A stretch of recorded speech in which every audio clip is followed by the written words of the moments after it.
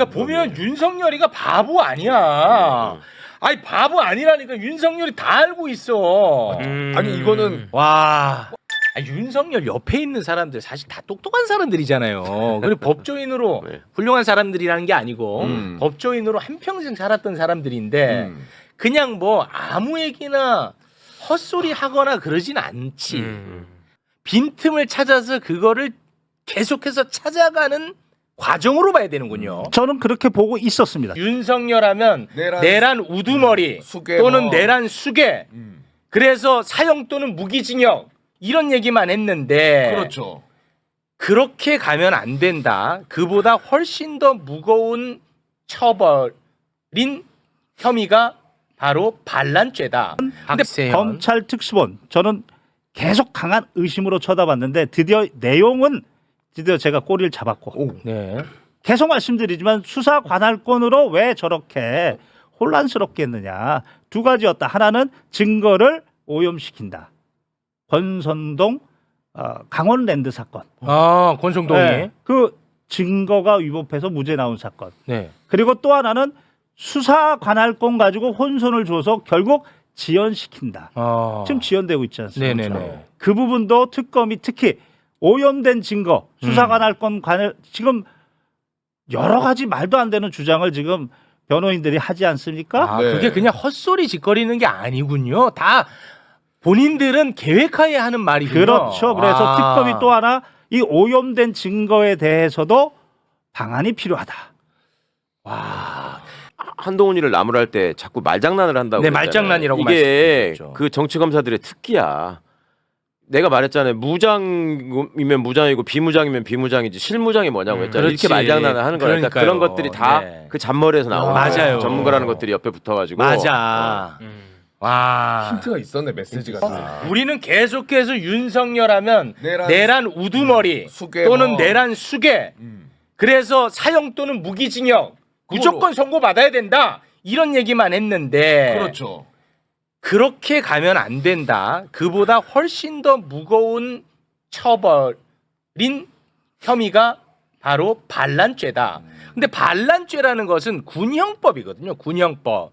근데 윤석열이는 군인은 아니란 말이죠. 그걸 설명해 주시기 바랍니다. 먼저 이 부분을 이해하려면 여기 보면 내란 우두머리 죄명 내란 우두머리. 그렇습니다. 형법 87조 1호입니다. 사형 무기. 그런데 이 죄명은 대법원 판결 일명 김관진 댓글부대 사건 그 판결의 취지에 따르면 군형법 적용돼야 되고 군형법 5조의 반란 1호 반란의 우두머리 법정형 사형 그것이 적용이 돼야 됩니다. 2020도 15105 판결 즉 김관진 당시 국방부 장관 민간인 댓글 부대 사건 이것에 대한 이해가 필요합니다. 네. 댓글 부대가 바로 사이버 사령부였습니다. 네. 군인입니다. 군인이죠. 그들이 선거에 임해서 특정 정당, 특정 후보를 지지하는 댓글을 썼습니다. 네. 그것은 군형법 94조 정치관여죄의 위반입니다. 군인들에게는 특별하게 네. 정치적 중립성을 강조하는 처벌 규정이 있습니다. 네. 물론 형법에는 없습니다. 네. 그런데 김관진은 당시 국방부 장관 민간인이기 때문에 군형법 적용이 안 될 것 같은데. 그렇습니다. 그 주장을 한 겁니다. 네. 그것에 대해서 1심인 서울중앙지법 뭔 소리냐 유죄, 서울고등법원 역시 뭔 소리냐 유죄, 대법원 판결 2020도 15105 판결까지 유죄라고 했는데 네. 그 이유가 뭐냐면 군인들은 손과 발이었다. 네. 지시한 사람이 민간인인 국방부 장관이다. 군인들만 처벌하고 네. 지시한 사람을 처벌하지 않는다. 일단 형평성에 큰 문제가 생긴다. 그렇게 보입니다. 군형법 4조를 보면 군형법에 특별히 규정이 없으면 다른 법률을 적용한다. 이 다른 법률이 바로 형법이고 형법 33조 1항에 이렇게 돼 있습니다. 신분으로 인하여 성립되는 범죄, 즉 군인이기 때문에 군형법 반란죄가 성립되는 경우 네. 신분이 없는 사람이 즉 민간인이 네. 신분 있는 사람과 함께 사이버 사령부 군인들에게 모의하고 네. 그리고 범죄를 저질렀다 지시하고 기능적으로 행위 지배하면 그 민간인도 신분 있는 사람의 형으로 처벌한다. 그래서 김관진도 민간인이지만 그가 지시했고 군인들은 손발이었기 때문에 바로 군형법 4조 그리고 형법 33조 1항에 따라서 김관진도 군형법이 적용됐다.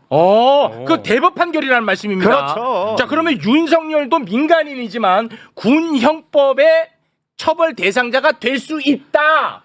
내란죄라 반란죄라 본질이 같습니다. 네. 국헌 문란 목적에 폭동이 일어나는 겁니다. 다만 반란죄는 군인이 병기를 휴대하고 총기를 휴대하고 이 부분에서 군인인데 병기를 휴대하지 않으면 내란죄가 되는 겁니다. 군인인데 병기를 휴대해야 됩니다. 그 차이가 있을 뿐이고 형량이 가중됩니다. 자, 사건을 보면 대통령인 민간인 그리고 국방부 장관 김용현 민간인. 그런데 그날 12.3 구체적인 모습을 보면 곽종근 이진우한테 총을 쏴서라도 그거 올려주세요. 총 쏴서라도. 도끼로 문을 부숴서라도 그 국회의원을 끌고 나와라. 그렇지. 국회 기능을 봉쇄시켰고 네. 봉쇄 시도했고 당시 특전사 요원들은 총을 들고 갔습니다. 네. 화면으로 다 봤습니다. 네. 병기를 휴대했습니다. 그렇습니다. 수방사 요원들도 총을 휴대했습니다. 그렇습니다. 실탄까지 있었다는 얘기가 있습니다. 네. 실탄 5만 발. 그렇습니다. 따라서 군인인 지금 여인영, 박안수, 또 곽종근, 이진우 모두 신병을 박세영 검찰이 확보하고 기소 자체를 형법 내란죄로 기소했지만 잘못 기소된 거다. 반란죄로 했어야 되네. 군인이고 군형법 그대로 적용되고 병기 휴대했고 이거를 교묘하게 내란죄로 기소했다.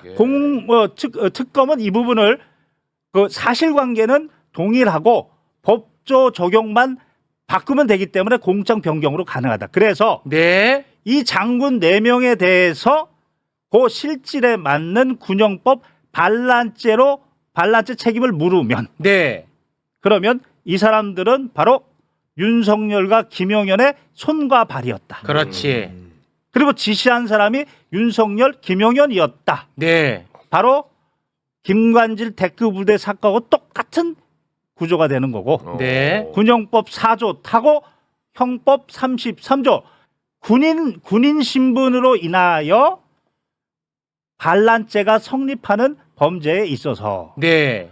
대통령이나 김용현은 민간인이라 하더라도 그 군인들과 함께 지시하고 범죄를 저지른 경우에는 군인들과 똑같이 군형법 5조 반란죄가 성립이 되고 반란죄의 형이 적용이 되고 네. 이때 1호 우두머리는 가중이 돼서 법정형이 사형밖에 없다. 선택지가 없어요? 법정형이 사형밖에 없고 하나 더 충격적인 건 군형법에서 3조는 사형의 집행 방법은 참모총장이 정하는 장소에서 총살이다. 저는 규정을 말씀드렸습니다. 그리고 이것은 모두 대법원 판결 2020도 15105 판결에 근거한 것이고 그런 기준으로 보면 이번 박세연 검찰 특검의 특수본의 기소는 전면적으로 재검토돼야 된다. 옛 기억을 좀 상기시켜 주면 일단은 총사령은 제가 알기로 군인한테만 집행해요. 민간인은 교수형이고. 아 집행은 네, 또 집행은 달라요. 예. 그게 이제 군인에 대해서는 그러니까 민간인에 대해서는 법무부 장관이 서명을 해야지 사형 집행이 이루어지고요. 교수형으로. 군인에 대해서는 아까 말한 것처럼 총장이 해서 하는데 이게 이제 제가 그거 기억하실지 모르겠어요. 이게 반란 일으킨 날이 12월 3일이었잖아요. 우리 4일 날 매불쇼 했잖아요. 맞습니다. 네. 네. 100만 명 넘게 모이셨어요. 105만 명. 그때 제가 그때만 해도 윤석열이가 나는 국회에 그 깨고 들어가라고 지시하지 않았다라고 거짓말할 때예요. 네. 그래서 제가 그 얘기를 듣고 그때 제가 열받아가 저 새끼 저에게 왜 저 새끼라고 그랬어요. 저 얘기 왜 하는 줄 아느냐? 저걸 깨고 들어가는 순간 군형법상의 군사 반란죄가 적용되기 맞아. 때문이다. 맞아. 그거는 법정형이 사형밖에 없다. 딱 맞아요. 떨어진다. 이렇게 네. 말씀을 드렸고 맞아요. 나중에 윤석열이가 또 뭐라고 그 담화를 했잖아요. 네. 그때 보면은 실무장도 하지 않았고 그래서 그렇습니다. 제가 네. 실무장에 반대말이 있냐 허무장이냐 왜 제가 저 실무장이라고 하는 줄 아느냐 그 말씀을 드렸잖아요. 네, 맞습니다. 이것도 의미가 있어요. 그것도 반란죄하고 이유가 있는 거예요. 반란죄가 아까 우리 김 변호사님이 구성 요건을 얘기했는데 작당하여 무기를 휴대하고 반란을 일으킨 자예요. 그러니까 무기를 휴대하고 이 부분이 신경이 쓰였던 거야. 그 작당이라는 거는 무리지어서 들어가는 되는 거잖아요. 야. 누가 지시한 거야? 지가 시킨 거 아니야. 그렇지. 그러니까 이게 얘가 알아요 이걸. 그래서 그 실무장이라는 안 쓰는 말을 썼던 거예요. 야, 그런 거였고 그 진짜 나쁜 놈이야. 다 알고 있네 이 자식은. 다 알고 있죠. 더 들어가서 아까 이제 우리 소개해준 김관진 장관 관련한 그 판례 있잖아요. 다 알고 있어. 그게 기소가 됐으니까 그거 가서 재판 받았을 거 아니에요.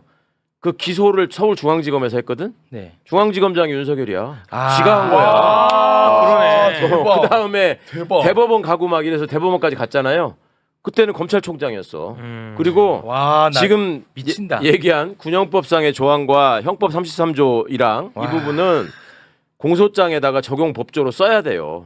그러니까 일반적으로 군형법이 적용되지 않기 때문에 이게 왜 민간인인데 김관진이한테 적용하느냐와 관련해서 지금 김경호 변호사가 그 말씀하신 조항을 공소장에다가 쓴다고 적용법조 해가지고 네네네네. 그 조항도 다 아는 놈이에요. 다 알아. 그리고 이거는 이제 조금 짜투리인데 와. 그때 김관진이가 이제 그걸로 해서 나중에 이제 형이 확정이 됩니다. 근데 또 바로 사면해 주죠. 네, 바로 근데 했어요. 그때 그 사이버 사령부 댓글 공작 사건이거든요. 그 공범으로 김관진이하고 같이 쭉 딸려가면서 재판받는 놈이 하나 있어요. 김태효. 그 김태효예요? 네, 그게 그 사건이에요. 예. 와.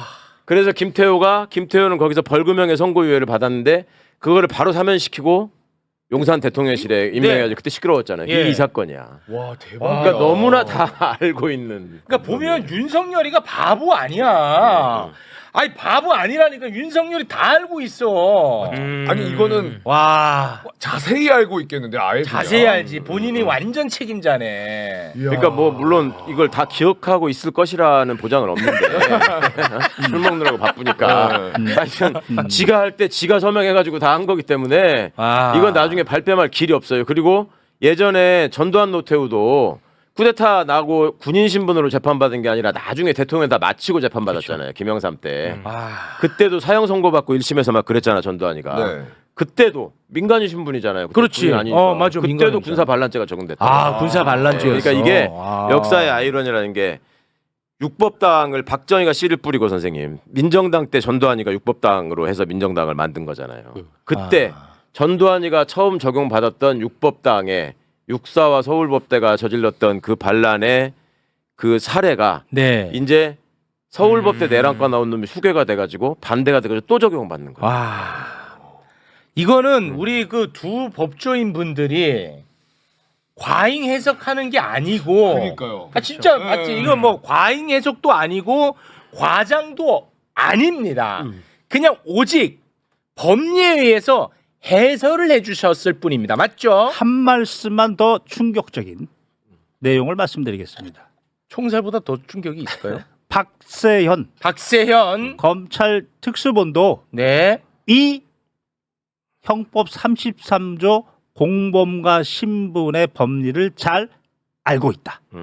왜 그러냐면 네. 노상원이 민간인이죠. 노상원은 민간인인데 자신 있게 공소 사실을 공개했습니다. 저는 그걸 보면서 직권남용, 형법 123조 직권남용죄 그거 5년 이하입니다. 네. 그걸로 기소했습니다. 아, 박세현이 민간인 노상원을 직권남용죄로 기소했어요. 그렇습니다. 민간인이 직권남용 그러니까. 그렇습니다. 이상한데? 같은 거죠. 주어가 공무원이 이겁니다. 근데 공무원이 아니고 민간인입니다. 그러니까요. 이 뭐야? 왜 그러냐? 아기보살인데? 바로 김용현이 직권남용죄. 김용현은 당시 국방부 장관이니 공무원 맞습니다. 네. 김용현이 지시하고 노상원이 손발이었다. 이런 의미입니다. 아, 형법 33조 적용하고 그렇죠. 알고 있네 박세현이. 알고 있었죠. 그러면 여기 하나 더 들어갑니다. 여기 하나 더 들어가서 아, 진짜. 노상원이 손발이었는데 어떤 손발이었냐? 수첩에다가 수거 제거. 네, 네. 노상수첩. 그리고 실제 야구 방망이 무슨 네. 결단기 등 네. 그런 준비 행위까지 백령도 작전. 충분히 지금 기소상으로는 내란 뭐 중요 종사자지만 이 사람도 저는 반란 중요 종사자로 오늘부터 이야기할 건데 반란. 네, 할 건데 그 자가 살인을 준비했다. 적어도 살인의 본인의 생각이 수첩이나 그리고 그런 위험한 도구로 나왔다. 그러면 군형법에는 내란 목적 살인죄가 없습니다. 따라서 이때는 형법으로 가서 내란 목적 살인 미수. 음모, 음모 또는 예비까지 바로 노상원이 했기 때문에 네. 김용현이가 지시하고 노상원이가 손발이었으면 둘 다 내란 목적 살인 음모 의 공동정범. 그리고 이것은 윤석열에까지 가야 한다. 아 이거 검찰 이거. 야, 이 검찰 우리 또 아니 그러니까 검찰이 내란으로 기소하면 뭐 다 특검을 할 일 없는 거 아니야 생각하시는데 이런 점들 때문에 특검해야 그건 된다. 필요한 겁니다. 특검 예, 해야 예. 되네. 의원님 특검해야 되네. 해야 돼요. 근데 지금 특검으로도 지금 말 많거든요 국회에서. 네. 근데 우리는 계속 근데 검찰은 윤석열 버린 거 버린 거 같다. 같다 이제 그렇게만 얘기했는데 걸렸다. 버린 거는 맞지만 아래로 쳐버렸어. 교묘하게 아래로 쳐버렸다고. 야. 내란 얘기만 했잖아. 군사 반란 군 형법으로 처단해야 된다. 다행히 이제 반란입니다. 네. 윤석열이가 개기는 네. 바람에 늦게 들어가서 이제 조사하는 공수처는 이제 이 방송 볼 거니까 그걸 빼지는 않을 거예요. 2020 돈은 진짜 그거는 너네 못 빠져나가지. 형법 33조 적용. 와, 또 배웠어. 그거는 2016 헌나 1 이후에 또 하나 배워. 이거는 무조건 네. 이거는 빼박이지. 네. 아유 그 판례를 남긴 훌륭한 검사 윤석열이가. 윤석열. 네, 좋습니다. 그러니까. 법조계의 락커 김경호 변호사님과는 여기서 인사 나누겠습니다. 대단히 고맙습니다. 네, 감사합니다. 아.